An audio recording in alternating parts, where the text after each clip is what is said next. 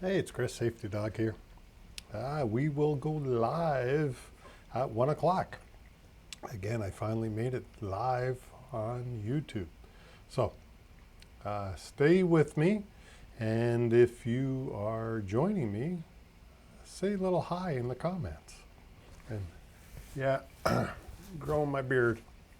It's kind of Santa Claus-ish looking beard, so I thought I would grow it out for Santa Claus and see if I can give him some competition this year. So we will go live in just a few minutes. Give me a minute.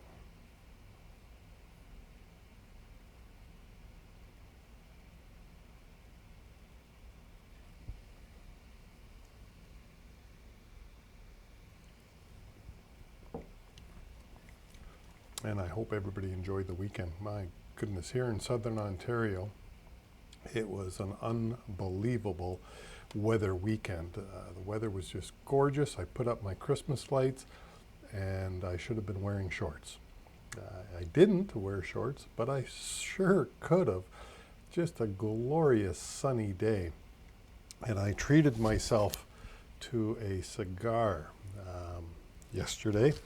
And again, the weather is spectacular again today, so I just may have to treat myself, notice my words, have to treat myself again. So we shall see what happens. All right, we're going to go live in just a second, in like 10 seconds or so. Other than that, we are all good, I think, you know.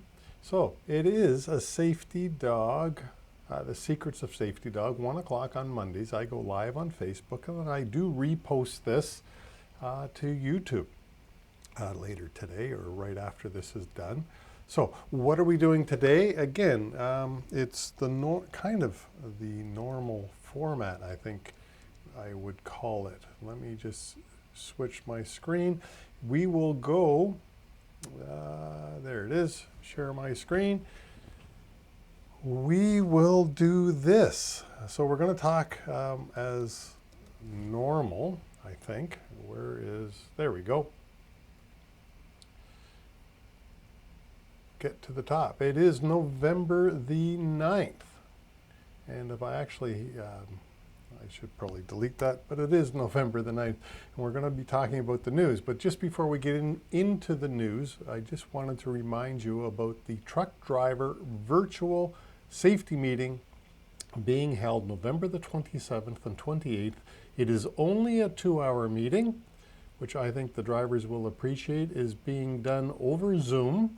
So nobody has to be too close to each other, and there is going to be documentation provided for the drivers who attend, so that you can prove to your insurance companies that you have been doing the training. So with that, I just wanted to remind you of that. Kim Sytsma-Hill's contact info is in the notes below, so you can take a look at that, and it should all be good.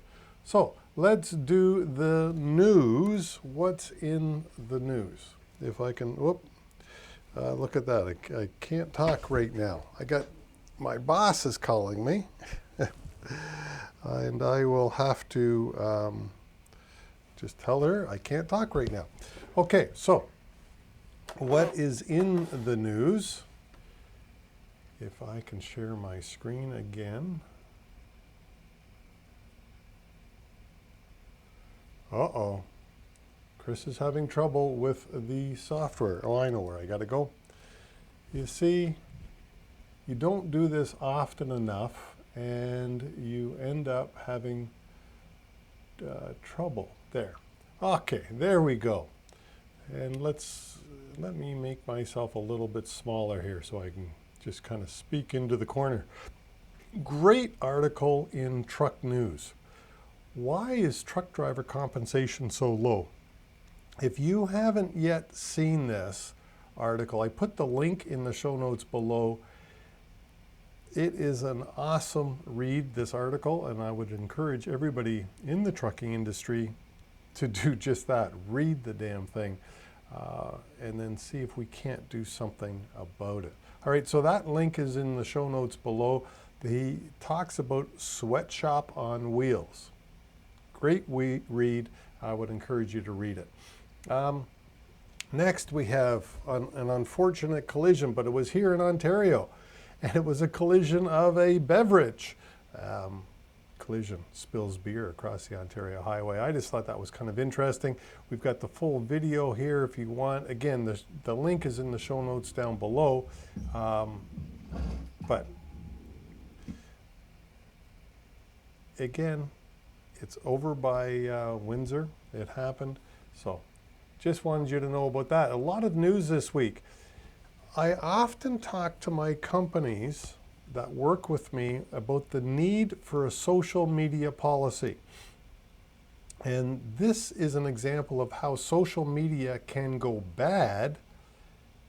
And it wasn't even, in this case, it wasn't even the trucking company's fault. So the social media went bad and it wasn't the trucking company's fault. What happened is I assume a truck driver posted a social media posted a rant on TikTok and inadvertently caught a logo of a trucking company in the background. And so now this trucking company has been having to fight all the people who are phoning up saying that they're not going to do business with you anymore, all kinds of negative stuff. So this is a demonstration of why you do need a social media policy for your drivers. And who owns that work? When your driver posts something, if they inadvertently catch either your logo or your customer's logo, this is where the fear of mine is. If they catch a customer's logo in the background while they're giving a negative rant, how will it affect you? So I really urge you, you need a social media program. Always. You have to have a social media policy is what I'm trying to say to you. So that was how social media went bad. This one here, staged accidents. This is still happening in the world. And the reasons why you need to have strong safety policies as a way to defend your actions. And I really believe dash cams. So in this article, 4 more indictments in the Louisiana staged accident case. These people out there, they know that trucking companies have large insurance policies, very large insurance policies. And so they are going out and getting involved in a crash with your company so that they can reap the benefits. And a dash cam goes a long way in helping you mitigate this and defend it. So please, if you don't already have dash cams, seriously consider getting dash cams. As all the regular viewers know, I am a autonomous driving fan. Very much intrigued with this whole topic of self-driving trucks and cars. It's just something that I thoroughly enjoy. Well, FMCSA is asking for comment on the automated systems. And along with that, the comment, so again, the link is in the show notes below. You can go here and leave your comments. This just came out, I believe it was early last week or late last week. I don't see a date right there, but it just recently became available. So I would encourage you, if you are like me and have opinions about this, because it is coming, it's going to affect the trucking industry, please leave your comments. They are asking for your voice. So along with autonomous driving, we have Tesla, which is, of course, one of the leaders in autonomous driving. They're certainly not the only one. There's a Locomotive, or Locomotion, I believe. There's Waymo. There's Tesla, all working on their self-driving. And there's other companies that I haven't named. But Tesla is working with a mysterious third party for their mega charger network. So they're getting ready to start selling their Tesla semi truck. And along with that story, I found this one last week. Believe it or not, this is a Canadian company placed the largest order for Tesla semis. I believe it was 400. They have purchased 150 with options of 350 more. So they purchased 150 Tesla semis, and they have an option for 350 more, which makes it a 500 Tesla semi event. And this was Pride Group Enterprises did that. So congrats to Pride. It's a Canadian company right here in Mississauga, I believe they're located, and they are going electric. Really interesting. Lots of stuff there. So that's enough of that electric stuff. And again, going along with those staged accidents, we have plaintiff lawyers targeting trucking company safety. So what's happening in this story, again, they are going right after the safety department and all the documentation and everything that is involved there. Of course, they're talking about nuclear verdicts. And one definition of a nuclear verdict is any settlement that is $10 million or more is classified as a nuclear verdict. So you can see jury verdicts here. Trucking rose from 2.3 million to 22 million. You need to have your safety department all lined up. It perhaps would be interesting for you to hire a third-party safety consultant to come in and do an audit to see where you stand. And of course, there's many good safety consultants out there. I would hope you'd consider Safety Dawg, of course, as one of those. But there are many out there that are good, but be careful. There are some not so good safety consultants out there as well. And so they're talking about insurance, and you can see here, this obviously would affect your insurance. And again, just keeping with the insurance theme, in-tax message to to the politicians out there. Doug Ford has come out recently, the Premier of Ontario here, at the urging of some constituents in Ontario, saying that they can't afford the trucking insurance or they can't get trucking insurance. And what Intact is saying in this message basically is that it has a lot to do with capacity and capital. And capital is fleeing the trucking industry. So the insurance industry is having trouble getting funds. What you may not know, and it's been a long time since I talked about this, so speak to your insurance broker to get better details than what I'm going to provide you. But for every dollar of risk the insurance company takes on, they need a certain percentage of money in the bank. And I'm not aware of what that percentage is exactly, but they need a certain amount of it in the bank so that they can fund the loss when it happens. And if it's not there, they get it from investors. And the investors, of course, expect a return on their investment. Well, right now, the insurance companies are having a hard time getting that liquidity into their systems. And therefore, they've had to step out of some markets. And that's basically what this article is talking about.